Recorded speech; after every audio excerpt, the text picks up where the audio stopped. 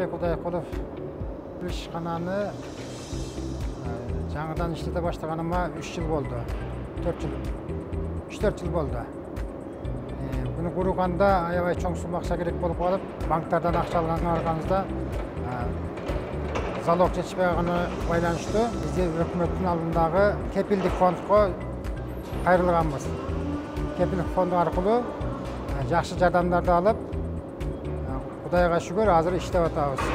Заводдо 48 адам иштейт. Бардыгы ушул жерде эң жакшы, эң койгон максатым, тилегим орундалды.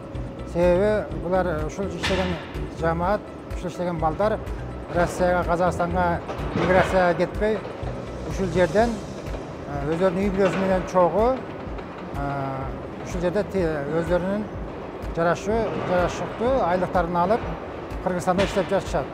Рахмат ошол өкмөттүн алдында кепилдик фондко бизди ошол ишибизге жакшы жардам берип, биздин ушул тегирменди чоңойтконго ушунча 48 адамдын иштеп калганына ошолордун жакшы эмеси жардамы болду.